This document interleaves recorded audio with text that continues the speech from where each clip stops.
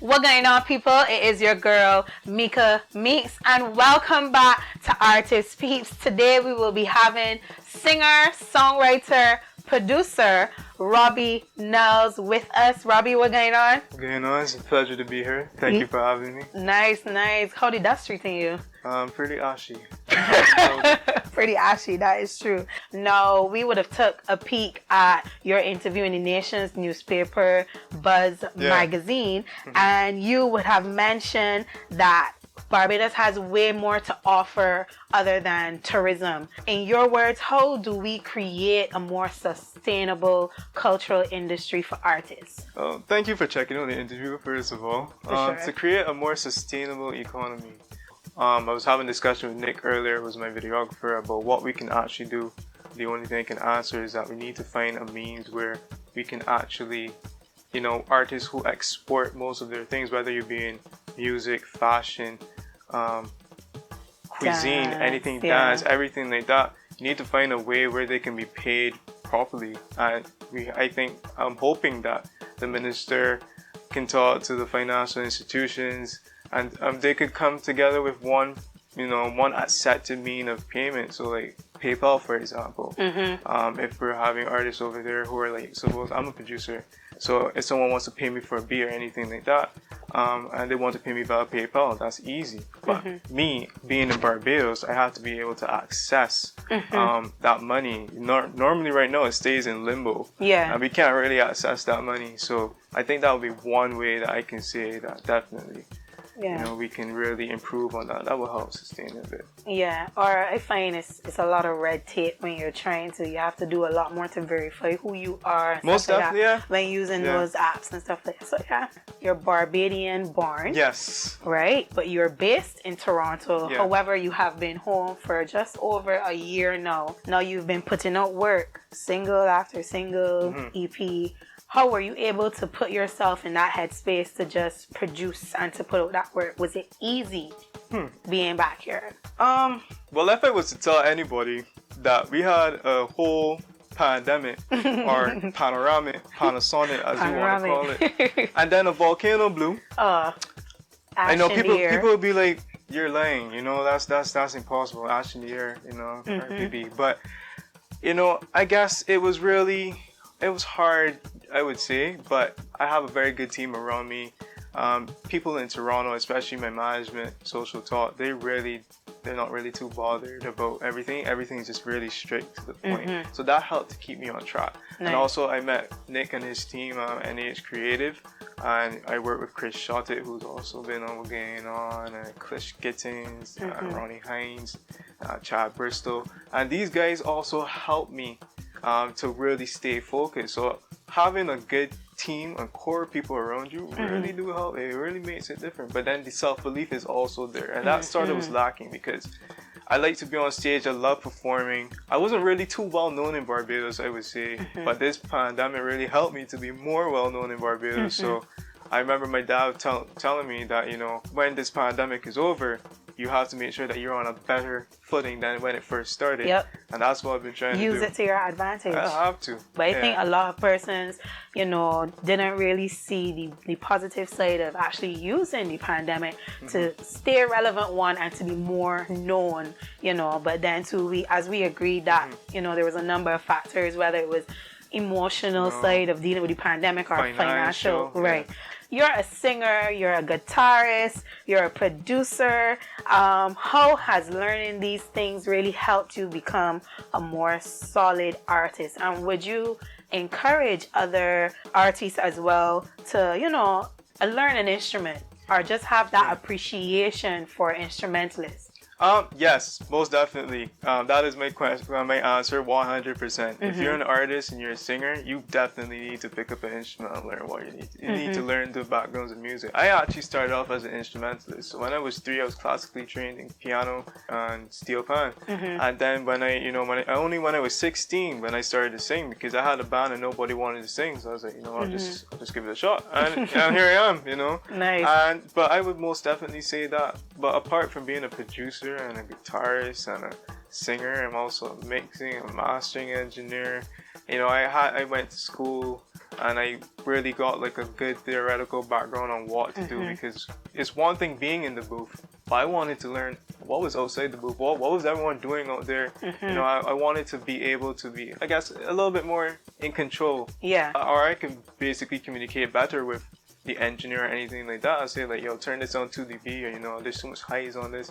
I wanted to be able to ease the communication, so that you get the best product possible. So that's why I would recommend to anybody, pick up an instrument. You had mentioned schooling and being classically trained. Can you share with us where? Oh yeah, well, shout outs to the Barbados Community College for their music program. I went there from 2010 to 2012 after I left Harrison College, and I think that was really where I got like thrown into the deep end of like jazz. And you know, I was more a rocker back in those days, so when I had to learn jazz, I was like, what the hell is this? I don't already know what this is, but you know, I mean, it gave me more of a background of what to really do. And then also because I was doing classical training outside of that, that really, I guess, enhanced me. And then I went from there, I went to Middlesex University, and I did popular music history. I went to Recording Arts Canada, and I did an arts diploma in sound engineering. And then most recently, I just did a bachelor's in Wolverhampton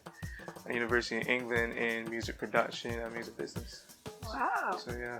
Good stuff. Very nerdy. Very, very nerdy. No, that's not bad at all. You know, I think it will help you, you know, really have a foundation to go on. And like you said, you would know what it is exactly you want versus someone telling you, well, this is what I want to hear, da da da da da. You would also be able to communicate back to them, well, this is what I want, you know. Yeah, it's all about communication. You're more in control than of your vision and how it goes. Definitely. What do you love the most about creating? And what would you say is unique about you that, you know, would not only appeal to the international market, but also appeal to here in Barbados? I create every day, so I mean, it's my job. What I love about it is it's where how I express myself and how I'm able to communicate stories through my songs to others who might be going through it. I mean, a lot of my music is about relationships and breakups and that sort of emotional, heart-wrenching stuff. So if I'm able to communicate that and someone can relate to it and be like, I like this song because, you know, I love you with no limit. You know, so, you know, it works for me. I'm Bajan, and I think that's what makes me, and doing R&B. There's not many of us. I'm a small fish in a big pond, but I try to really hammer in that, you know, I'm from Barbados, and we do things differently here. So tell us about this new studio that I've been hearing about. Oh. And what was the process like building it? I love the name, but I'm going to let you tell us about that studio. Okay, so I ran a recording studio called Nameless Productions Inc. with my brother Chris Rose. When I came back from Toronto, I only came back here briefly. I was supposed to be going back up, but COVID had other plans, and then a volcano had another. But we came up with the name Nameless because we couldn't decide on the name. so we were just like, okay. Chris was like, well, we just call it Nameless. Yeah. And I was like, yeah, bro, like we could call it Nameless. It works. And then my dad was like, oh, I love this. And like, you know, he just jumped in and he's just like, what do you guys need? I'm just like, okay, well, we need like this, a C24 board and this. I got you. So I guess having family that's really super supportive, and plus all the investments I made in Toronto, I really invested it back into my studio. Nice. So I guess what I would say is having a lot of patience, especially when dealing with clients and everything like that, and having like a background and knowing how everything works, so that when something goes wrong, you're able to just pick it up and be like, okay, I know what's going wrong, I can fix this, or I know how Pro Tools works, so I can use this. And yeah, patience, a lot of it. That and a great financial investment, but mainly patience, because it takes time, and you want to do it right. Yeah, you don't want to have clients in and something goes down and you don't know what to do. So, you know, it's just patience, and more patience. So, what was it like working with the man Chris Rose? Chris has been my musical brother for now since we were little. We used to play in the National Youth Orchestra together. Going from there to now running a studio with him, it's everyday life. I hear him every day. So earlier you would have mentioned that there is a person in your team that you go virtually nowhere without. Nick. Yes. Is the name? Nick, are you here? Present. The great Nick Hurley. Yes, can you tell us who is Nick? Nick is a man that does everything. Dancer, videographer, editor, photographer, businessman. He has like 5 businesses. Great friend, confidant, and has his head on, I would say, most of the time. Good. Most of the time. So, Robbi, I have one last question for you, and this is a legacy question. What is it that you would like to be remembered for? Well. Yeah. It's a lot. Think about it. What would I like to be remembered for? Probably being the biggest male R&B artist from Barbados. Worldwide. I think that's the legacy that I want to leave. And I hope that more people will get into the genre more down here.